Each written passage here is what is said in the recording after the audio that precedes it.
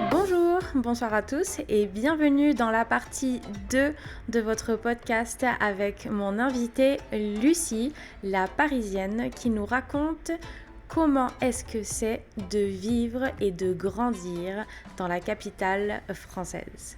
Je vous laisse de suite avec la deuxième partie.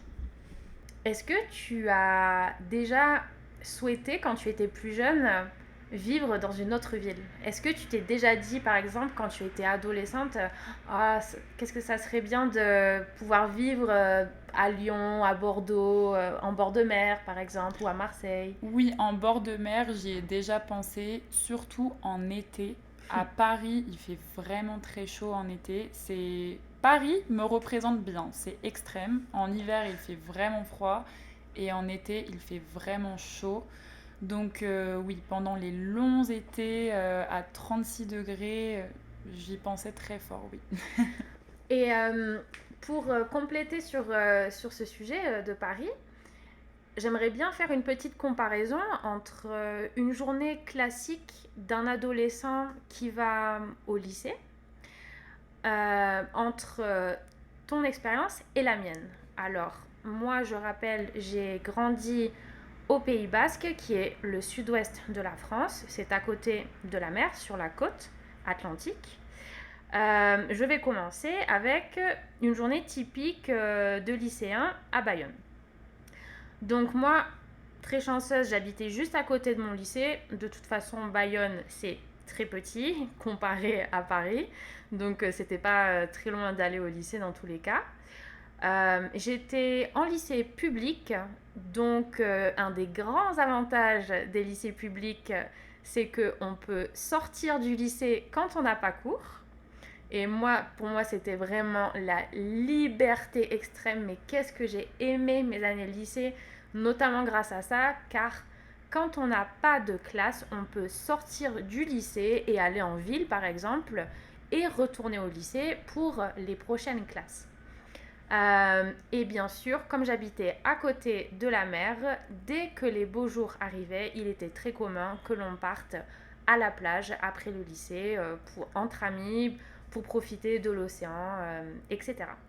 À quoi ressemblait... Alors, bien sûr, je précise que je travaillais, bien sûr, et que je faisais mes devoirs quand je rentrais du lycée, parce qu'en France, que ce soit le public ou le privé, les Français sont quand même des élèves, je dirais, peut-être pas studieux, mais en tout cas, l'école en France insiste beaucoup sur le travail personnel, les devoirs, et on est un système où on travaille beaucoup. On a beaucoup d'heures de cours et on a beaucoup de devoirs.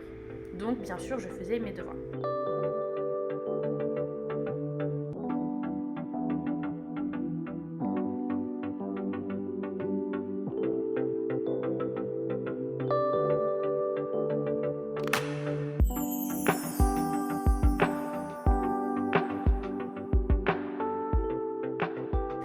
Comment c'était à Paris?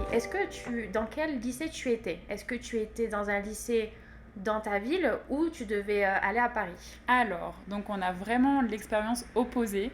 Donc moi, j'habitais en banlieue parisienne, mais j'allais dans un lycée privé catholique à Paris. Donc je prenais le métro pendant 35 minutes avant d'arriver au lycée et d'arriver chez moi, donc le soir. Lycée privé, donc pas le droit de sortir entre les cours. Et lycée privé dit en général petit lycée, donc vraiment pas beaucoup de place, des classes toutes petites, une cour très étroite. Donc on était un peu enfermés, comme en prison. Et je peux te demander comment s'appelait ton lycée, quel Oui. arrondissement? Alors il s'appelait Bossuet Notre-Dame et c'est un lycée, je crois que c'est le 10e arrondissement, près de la place de la République. D'accord. Et à côté du canal Saint-Martin aussi. Ah, génial. Donc voilà, ce qu'on faisait après les cours quand il faisait beau, c'est qu'on allait au canal Saint-Martin. On s'asseyait sur les quais au bord du canal avec un pique-nique, un sandwich. On discutait avec un peu de musique sur un haut-parleur. Voilà. Et en hiver, quand il faisait froid, le plan typique des Parisiens, c'est aller en terrasse. Ah ouais. Voilà, donc je pense que la phrase typique des, entre guillemets, provinciaux, c'est aller en ville. Et la phrase typique du Parisien, c'est aller en terrasse. Ouais, mais t'as raison, mais tu as Je raison, c'est pense que vrai. c'est vraiment les deux. Parce que vous êtes déjà en ville. Oui, exactement, Ouais, c'est ouais, ça. tout Paris est une Est une ville, ville. alors que Bayonne, les lycées ne sont pas en plein centre-ville, car le Oui, centre est tout petit. ok. Tu as dit quelque chose d'intéressant, tu as parlé de l'hiver, alors que nous, en hiver, on ne fait rien. Enfin, on va rentrer chez nous, parce que en France, dans tout le pays, il fait nuit tôt en hiver, vers 6 heures, ça y est, c'est nuit noire, alors qu'en été, il fait jour jusqu'à 22 h, 22 h 30. Et en été, c'est pas commun d'aller boire un verre en terrasse, comme tu dis, parce que il faudrait que tout le monde aille en ville. Donc c'est vrai que c'est pas aussi commun. Mais par contre, quand tu décrivais vos temps libres sur le bord du canal Saint-Martin, ça fait rêver. Oui. Parce que pour ceux qui ne connaissent pas, est-ce que tu pourrais expliquer ce que c'est le canal Saint-Martin? Où est-ce que ça se situe? Et pour ceux qui connaissent le film Amélie Poulain, est-ce que tu as vu ce film? Je l'ai vu, mais j'ai une très mauvaise mémoire. Alors pour ceux qui connaissent le film Amélie Poulain, parce que je sais qu'il est très populaire, en anglais c'est It's Just Like Amélie. Il apparaît dans le film, c'est le passage où le personnage principal jette des cailloux dans une petite rivière et c'est vraiment un lieu que je trouve magique à Paris. C'est un de mes lieux préférés à Paris. Moi aussi, vraiment. Donc c'est un canal. Bon, l'endroit où moi j'allais, c'était situé près de la place de la République. Mais ce canal parcourt, je crois, également le 19e arrondissement. Donc plutôt le tronçon nord-centre de Paris. Et c'est vraiment un endroit calme, un endroit avec des petits ponts pour pouvoir traverser le canal d'un bout à l'autre et pouvoir prendre de belles photos depuis le centre du pont. Il y a beaucoup de personnes qui s'assoient au bord parce qu'il y a beaucoup de commerces et de restaurants aux abords. Et il y a une très bonne ambiance, c'est très familial, c'est un peu style village, entre guillemets. C'est ce qui se rapproche le plus d'un village à Paris, je pense. C'est vrai, mais de toute façon, Paris, moi je le vois comme ça, c'est des ambiances de village totalement différentes, regroupées en une ville. Parce que quand on voit le quartier, bon alors évidemment très touristique, mais Montmartre, c'est un village, c'est l'architecture d'un village en plein cœur de Paris. Exactement, oui. Donc Et chaque quartier, donc entre guillemets village, a sa place. Donc la place de la République, la place Dauphine, la place des Vosges. Et donc effectivement, ce sont des petits villages assemblés, 20 petits villages assemblés qui forment la grande ville de Paris. 20 petits villages parce que Paris est divisé en...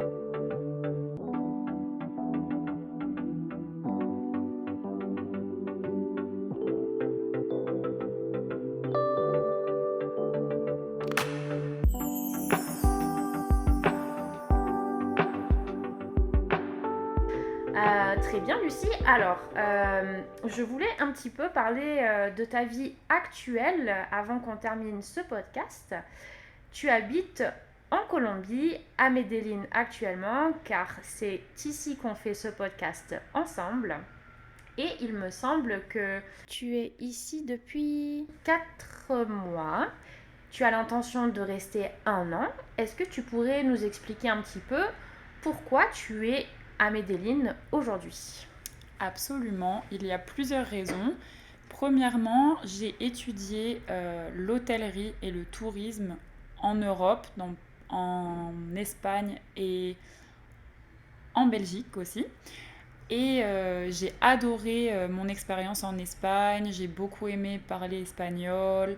Et donc je me suis dit que j'aimerais bien avoir une expérience en dehors de l'Europe grâce à une des langues que je parle. Et donc l'opportunité s'est présentée en Colombie suite à un voyage que j'ai fait. Et il se trouve qu'au cours de ce voyage, j'ai aussi rencontré en personne mon copain, qui était en fait un ami virtuel que j'avais depuis 5 ans. Wow. Mais on s'est rencontrés en personne pendant mon voyage en Colombie. Ça a très bien matché. Et comme à l'époque, j'avais un projet d'emploi qui est tombé à l'eau, c'est-à-dire qui n'a pas abouti, qui n'a pas réussi, dans une agence de voyage en Colombie, on a commencé à sortir ensemble, on a commencé une relation parce que je pensais retourner en Colombie au mois d'août-septembre 2023, comme je l'ai fait finalement, mais sans l'agence de voyage. D'accord. Et qu'est-ce que tu fais ici ? Actuellement, je travaille, comme je le faisais en France, dans un hôtel. Donc, je suis réceptionniste dans le quartier du Poblado, qui est le quartier un petit peu exclusif et touristique de la ville. D'accord, très bien. Lucie, on est arrivé à la fin de notre podcast, mais j'ai une nouvelle petite tradition que j'ai inaugurée avec mon précédent invité, qui s'appelait Ziad, le Québécois qui vit aussi à Medellín. Et cette nouvelle tradition qui est de te poser des questions où tu as deux choix, deux options, et tu dois choisir entre ces deux options sans réfléchir. Est-ce que tu es prête ? Absolument. Ok, c'est parti. On commence. 1, 2, 3. Éclair au café ou au chocolat ? Chocolat, sans hésiter. Vélo ou métro ? Métro. Matin ou soirée ? Matin. Vin rouge ou vin blanc ? Vin blanc. Chien ou chat ? Chien. Voyager ou vie tranquille ? Voyager. Pizza ou hamburger ? Hamburger. Cinéma ou film à la maison ? Cinéma. En version originale. Ville ou campagne ? Ville. Thé ou café ? Café. Film d'action ou comédie romantique ? Comédie romantique. 14 juillet ou fête de la musique ? Fête de la musique. Langue française ou gastronomie française ? Gastronomie française. Et enfin, la fameuse question. Pain au chocolat ou chocolatine ? Pain au chocolat, s'il vous plaît. Parce que à Paris, et comme d'ailleurs dans toute la France, à part le sud-ouest, on dit pain au chocolat. Mais c'est bien mieux de dire chocolatine. En vrai, ça a plus de sens, je suis d'accord. Ah, merci. Très bien. C'est la fin de ce podcast. Merci beaucoup, Lucie, d'avoir accepté que je t'interviewe et merci d'être venue. C'était un moment très agréable où on a pu en apprendre un petit peu plus sur la vie d'une jeune parisienne. Merci beaucoup pour l'invitation, le plaisir est partagé. Et pour vous, chers auditeurs, je vous ai concocté une petite playlist sur Spotify qui s'appelle The Fun French Playlist où vous pouvez apprendre le français tout en écoutant de la musique. Merci encore Lucie d'avoir accepté. Je te souhaite une très bonne soirée car il est 19h ici. Bonne soirée à tous, merci Lola. Je vous retrouve très bientôt dans un nouvel épisode et je vous souhaite en attendant de très belles fêtes de fin d'année. Au revoir.